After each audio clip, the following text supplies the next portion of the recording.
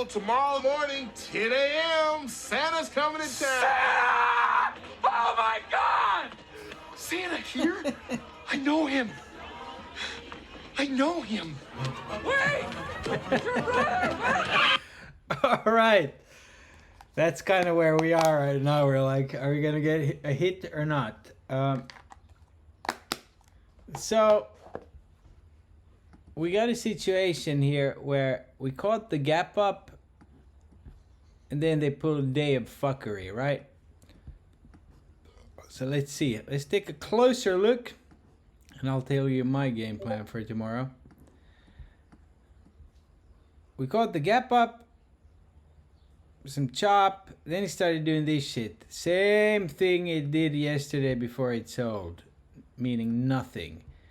Got the puts there, bought dips, absolutely killer close, however under the 200. Okay, so what's next? Well, core PCE tomorrow. Very, very simple. Either, look at this Bank of Japan candle, that candle. Bank of Japan and that. If we gap up slightly, if it's not a slam dunk, meaning we fucking blast through here, it's probably a gap and crap. What I don't want it to be is a crap, but then we'll have to do it live. That's why I hedged here.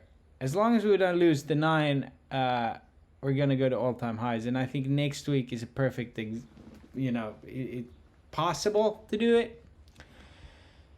Today, Dow Jones closed over highs, also at the 200. IWM closed over highs. Completely different setup, mind you. Okay?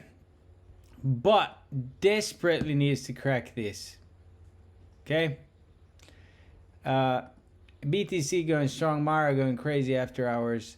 The VIX needs a rejection right there, and on the 1 hour, nice rejection. Needs to lose this 21 though. A gap up can do it, and then we can come down. 10-year yield closed right at the party line. Very, very crazy. And the Dixie lost that support, which is absolutely fabulous if you're in calls. And I'm hoping we can get down to my target line here. And underneath this, we're going to all-time highs. That's the setup here. Tomorrow, we got that data. They cooled off the RSI. They saved it a lot. It didn't come up a lot. What they did save was the crossover there. Okay. So, Nike also hit the price target we were talking about. The Doug, they're doing cuts. So we got this situation on Coinbase. Absolutely ripping after hours. Hood chugging along nicely.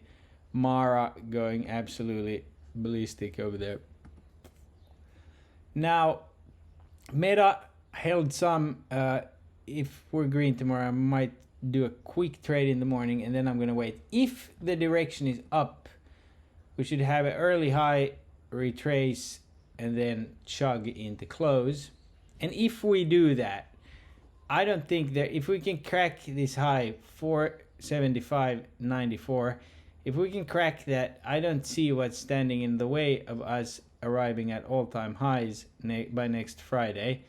So if we do that, I'm going to put my money where my mouth is and take 480 calls for Friday. Because everybody's getting together at Christmas. It's literally the best campaign thing Biden can do, or whoever controls him, or if they want to keep him in office, is to pop this to all-time highs. Okay?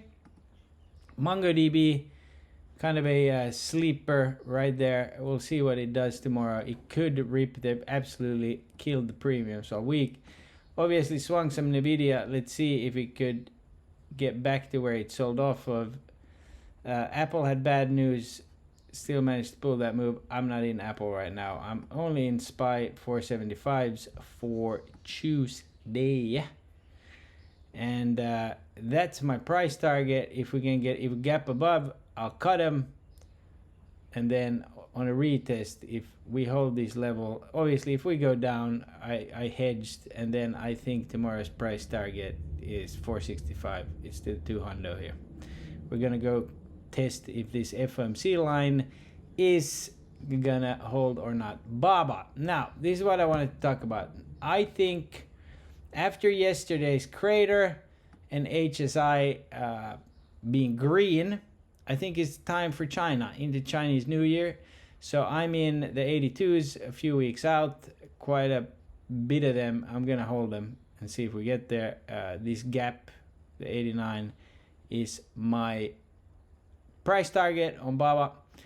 I'm in some Zoom, just overnight. I'm thinking, if the market can go up, these should have no problem hitting right there.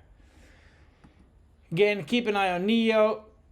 Chugged up nicely. Let's see, kind of following the market in hood 13s for next week, and then those 20s, the earnings lotto. I'm trying to get some big money with those. Might even load them into earnings. Carvana doing its thing, Tesla, and yeah, that is pretty much it. The only thing that concerns me is this, but then again, if institutions are just sitting on the shit they had, people got screwed yesterday. We had a nice recovery and called the puts today and the end there, so not too worried. This is going to be a huge day next week, and if we're going to go to all-time highs, I'd like to see it before quad witching, which is quarterly option expiration. That is huge. Okay, going to be a lot of fuckery. Unity, nice day. I'd like to see a pop on this and for it to get to the next level. And then what I want to mention last but not least is UPST. We played this breakout, caught that move as well. It's time for this to go like tomorrow. It needs to do it. It needs to have a day. Otherwise, this whole play is done, and we're gonna be looking at reloading maybe here in the 35s, 34s. Okay, which is the possible short. If we're under this tomorrow, we should short it. So remind me of that. That's the plan. See what happens tomorrow.